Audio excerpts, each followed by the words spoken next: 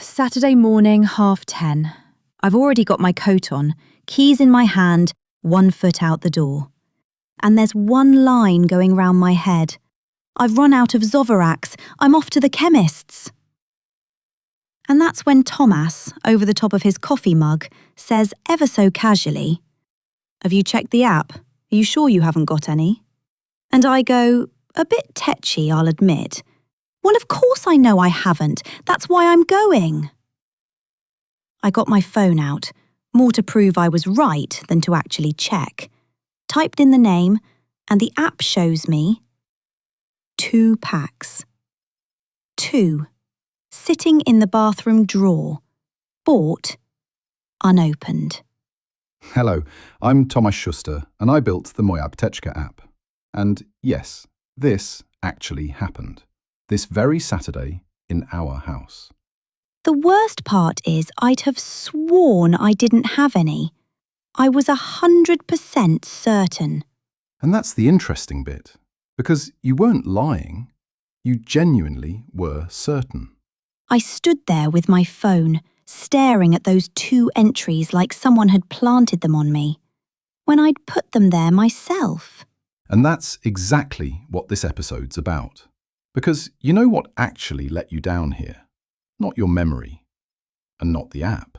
What then? The habit. That old, drilled-in reflex. I need a medicine, so I go to the chemists. Full stop. That reflex runs on autopilot, and it skips right past everything you already know you've got at home. All right, but I've always done it that way. 30 years. Something runs out, I go and buy it. It's just quick. Quick. And sometimes completely unnecessary. Because in that one move you paid twice for something that's already in the drawer. Sitting there twice over. 3 times over it'd have been. Because if I got in the car, I'd have bought a third. A third. And that's the crux of it. The hardest thing about using a digital medicine cabinet isn't learning the app. The app's dead simple. The hardest thing is changing one tiny habit. Check first, then buy. That sounds simple, and it really isn't. Because you're up against 30 years of reflex. It's like seatbelts. Nobody used to put them on, now you do it without thinking. A habit can be reset. You've just got to catch that one moment. But you know what's sneaky about it? In that moment, I honestly felt it'd be quicker to buy than to check. That's exactly the trap. Your brain pipes up. Checking will take time, and I'm in a hurry. And the truth is the opposite. Checking is 10 seconds. The top is sometimes half an hour. And there's another thing. I just trust what I can see in the cupboard more than what the phone tells me. And that bit I do understand. But think about it. The cupboard lies too. You're looking at one shelf, and the Zovirax was in the bathroom. Your head says, haven't got any, because you can't see it. The phone says, you've got 2, because someone entered it once. So it isn't really a question of who to trust. It's that I never stopped to look in the first place. Exactly. Autopilot doesn't ask. It just drives you to the chemists. Okay, but tell me exactly what this old habit costs me. Because you paid twice sounds like a small thing. 1 medicine, a couple of quid. Let's break it into 3. The first is obvious, money. You pay for something you already have. Once, twice, sometimes 3 times. A single pack isn't a fortune, but multiply it by every medicine that gets bought just in case, because nobody knows what's actually in stock. Second thing? Time. That day it happened to be a Saturday morning, chemists round the corner open. But picture the same thing on a Sunday night, or in the middle of the night. Oh, that one I know. You're driving halfway across town because the 3 nearest chemists are shut. Exactly. You already know how few are genuinely open at night or on a Sunday, surprisingly few. And now, layer on top of that, the thought that the whole mad dash is for a medicine that was sitting quietly in the drawer. That stings more than the money. And the third thing is the least visible. The environment. That duplicate you never use just sits there, waiting. Its expiry date comes and goes, and in the end, It ends up as waste. And you throw it out. Except you don't just chuck a medicine in the bin or down the sink. You're meant to take it back to the pharmacy to be disposed of properly. And you know why that matters? Because traces of the substances from medicines flushed away or binned with the rubbish turn up later in the groundwater. So fewer duplicates means less to hand back. That's exactly how it joins up. Less buying blind means fewer out-of-date medicines. Fewer out-of-date medicines means fewer things to throw away. One small decision in the doorway, and it drags your wallet, your time, and the environment along with it. You know, I never thought of buying too much of a medicine as an environmental problem. To me, it was always a clutter problem, a mess in the cupboard. Because that's how we see it, as clutter. But it's a whole chain. First, the making of a medicine you didn't need, then the packaging, then the transport, and at the end, the disposal, which somebody has to carry out. And someone paid for all of it, either me or the environment. Usually both. That's why I say it's not a small thing. It's one small habit, but it sits right at the very start of that chain. Stop it in the doorway, and none of the rest even gets going. By the way, everything you're talking about here, these are real features in the mojApteczka app, yes? This isn't an advert. I'm asking to be clear. Yes, these are things the app genuinely does.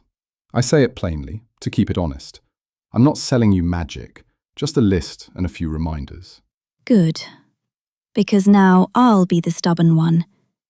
Because I really would rather have a look in the cupboard with my own eyes than trust the phone. How do I know the app isn't getting it wrong? Fair question, and here's the important line. The app doesn't guess anything, and it doesn't prescribe anything. It won't tell you whether to take a medicine or what it's for. It does one simple thing. It shows you what you told it you had in the house. So I have to put it in first. Yes, you scan the pack or add it by hand. And then, when you're standing in the doorway, you type the name and you see, got it? Haven't got it? How many?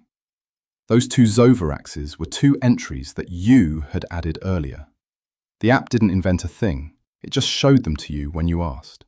And if I hadn't checked and had gone off to buy that 3rd pack? That's the second layer, and this bit I do like. The moment you add a new pack by scanning the barcode, the app checks whether that same barcode is already on your list. And if it is, it flags that you've already got it. So it catches me even after the fact. It gives you a second chance. It helps once before you buy, with the search by name, and once after, by the barcode, as you're adding the pack. Even if the old habit wins, you've still got a moment to think again. And those expiry dates you mentioned? That's the third thing. The app reminds you before a medicine goes out of date. So you don't only find out about the duplicate once it's nothing but waste to hand back. Okay, that does sound honest. The app doesn't pretend it knows better than me. It just keeps a list and gives you a nudge. And that's plenty. All the rest is 10 seconds. Before you head out for a medicine, have a quick look to see whether you've already got it. Tell me one more thing then. How did we end up with 2 packs in the first place? Because I don't think I bought both.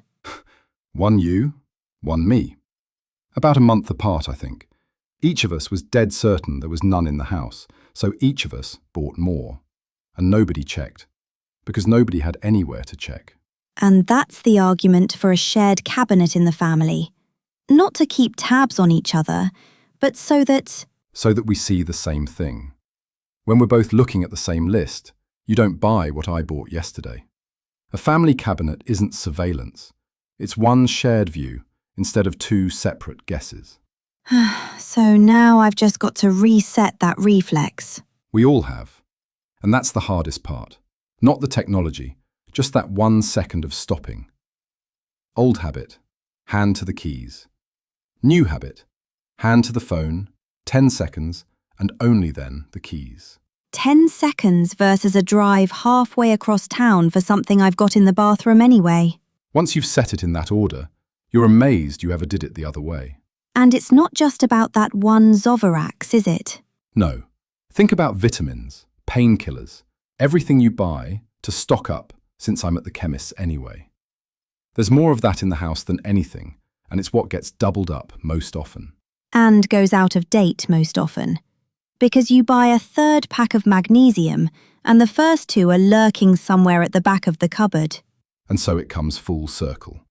That's why this one habit, check first, works not on one medicine, but on the whole cabinet at once. So where do people find the app? That would be the mojApteczka app. The app is free and works offline. You'll find the link in the episode description. And if you enjoyed this episode, share it with someone who's got a drawer full of medicines at home and hasn't the foggiest what's actually in there. One more thing before we go. This podcast is made with the help of artificial intelligence. I wrote the dialogue myself, but the voices you're hearing aren't ours. They're AI-generated synthetic voices. We're telling you this straight out because we think it should be the standard for any podcast made this way. Full details are in the show notes and in every episode description. And from today, it's phone first, then keys. Phone first, then keys. Until next time. Until next time.